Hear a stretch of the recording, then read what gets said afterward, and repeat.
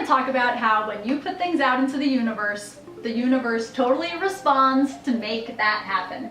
And we're going to tell you a little story about how that works.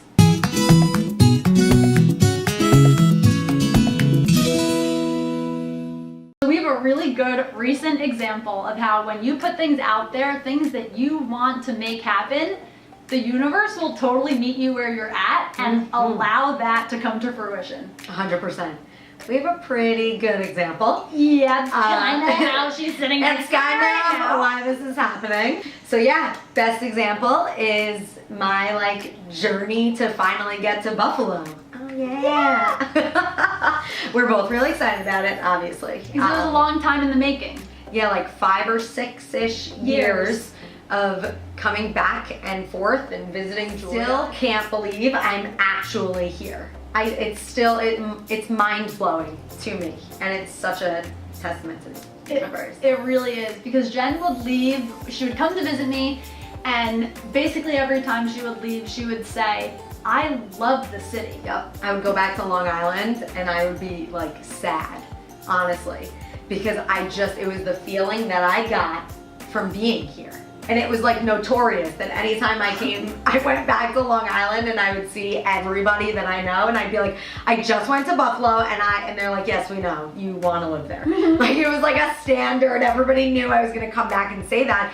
But it was always something that I was teetering with, do I make a move this far? Do I stay on Long Island where I really didn't want to be? You know, it was kind of one of those a push and a pull of I want to be there, but it's farther away from my family. Yep. But I can't live the way that I would like to live back on Long Island. You would leave Buffalo, and the reality would start to settle in of just how much is involved in making that move, and the timing just wasn't right in those times. And I'll tell you, we've talked about the stories that we tell ourselves, and one of the things that goes along with those stories is how we speak, and literally the words that we say. And I'll never forget, I was with Julia, we were with your dad, and I had said yeah, I really want to move to Buffalo, and I was talking about having a conversation with my family about it, and Julia, what did you say to me?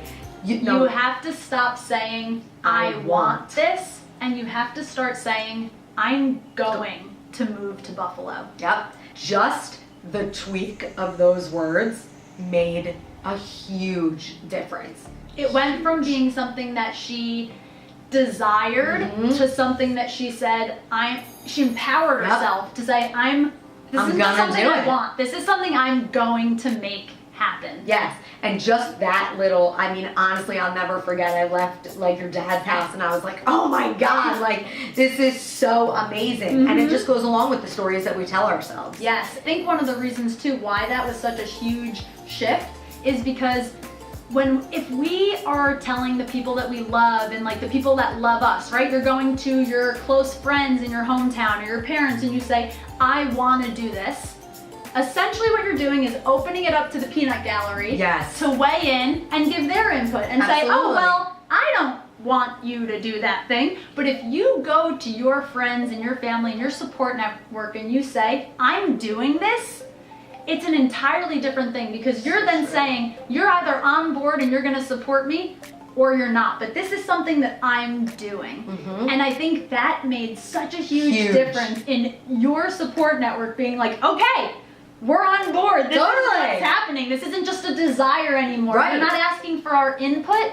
You're asking for our support. 100%. Absolutely. And that is so then she started putting out these vibes into the universe to say, I'm going to do this. And you came to Buffalo in June and visited. The beginning of June. Yep, with this energy and mentality of this is going to happen. Yep. And the universe responded with yeah, it is. I flew on a Saturday, and I remember we had spoken, and Julia had said to me, there's a party for a blogger, and do you want to go? And I said, yeah, I want to go. And then when I flew, I was literally on the plane, and Julia said to me, if you're too tired, we don't have to go. And I said, let's go. Thank God. How crazy is that? It is so crazy. So we go to this party, and if you guys have been watching the channel, you know that I just a few weeks before Jen visited, I had featured Evergreen Health on my YouTube channel. And I made this connection to Rachel, and I knew that Evergreen was growing, and I knew that Evergreen had vacancies in terms of employment that totally aligned with Jen's expertise. I knew that they were looking for social workers to hire, and so I had said to Jen, at some point I'm going to introduce you to this girl, Rachel. She's someone that you should know. It slips out of my head. We end up going to this party, and who ends up being at this party? Rachel herself. So we make the connection. So crazy. Make the connection. She and I like hit it off right immediately. Away. Julia was so excited. I knew that they were hit it off. Of course she knew that. Like, she knows me so well. And it was just crazy that she was at this party. I sent Rachel my resume, which of course was on my phone. Sent it to her, and she was like, listen, on Monday when I get into work, I'm going to pass out your resume to HR and to the clinical care coordinator, the director of clinical care coordination, and it was literally crazy. So that Monday, I was texting with Rachel, then I got a call from the director of clinical care coordination at Evergreen. She and I spoke. Tuesday, I took a little tour of Evergreen with Rachel, kind of fell in love with it. And Wednesday was the interview. I changed my flight. She changed my flight. Literally showed up for the interview with all of her stuff. My luggage. With her luggage. Rolling it in. Because Jen was like, as long as they want to have me here, I want to be able to stay, answer questions, and show them that, like, I want this. So that all happens. But that's not the only thing that Jen needed to line up in terms of making a move to Buffalo. She also needed a place to live.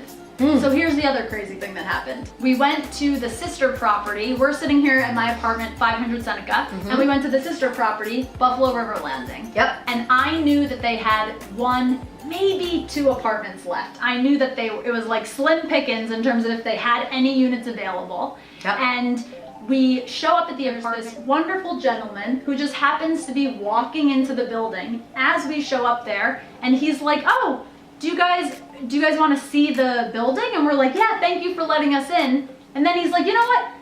Come into my apartment. Let me show you what the inside of a unit looks like. He's like, come on in. Shows us the entire apartment, and the amenities lined up exactly with what Jen was looking for. It just so happened that, like, they had a unit available, and it ended up being within her budget. That things just lined up. It was literally the biggest case study of when you show up in a place and you really want something and you put out those positive vibes, things are going to start working around you that allow you to make that happen for yourself. Absolutely. Something I learned a long time ago is, like, we're only responsible for the effort, not the outcome. And I have, like, really tried to put in as much effort as I possibly can. So, like, the universe consistently within, like, the past 2 months has really been showing up for me. I'm like, it's awesome. And it's because she's been showing up for herself. And I really love what you said, the effort. You're responsible for the effort, not the outcome. And another way of saying that, you've definitely heard me say, high intention, low attachment. Okay, yeah. Right?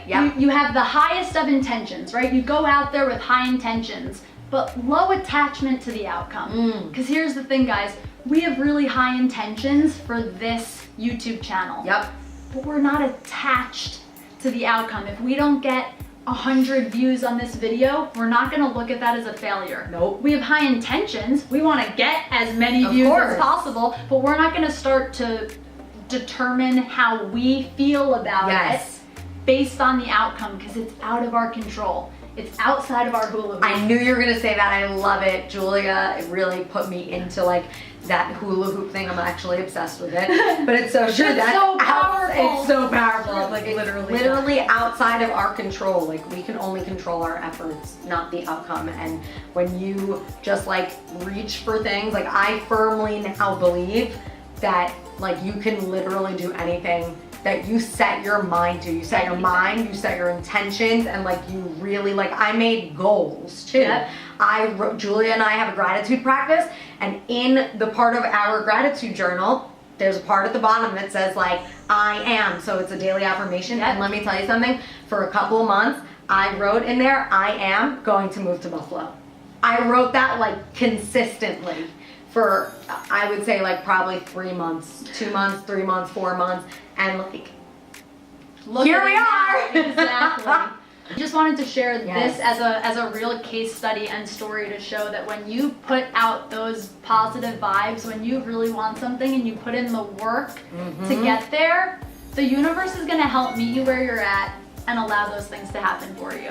If you guys have any stories like that, we would love to hear about it. Put them in the comments below so that we can, I mean, we would love to be able to really kind of showcase more examples of how this actually ends up playing out. Absolutely. So don't be shy. Great idea. Put those in the comments below, and we'll be back with another video soon. Yes, we will. Bye. It's so we good. should make a vlog of just us hula hooping. And talk about how good. This is inside my hula hoop. I think that's a great idea. Exercise. That's a form of exercise. Literally. No, like literally. It's a really good exercise. It's really fun. I've been hula hoop since we were like 12. It's super fun. But that's okay. We should try it again.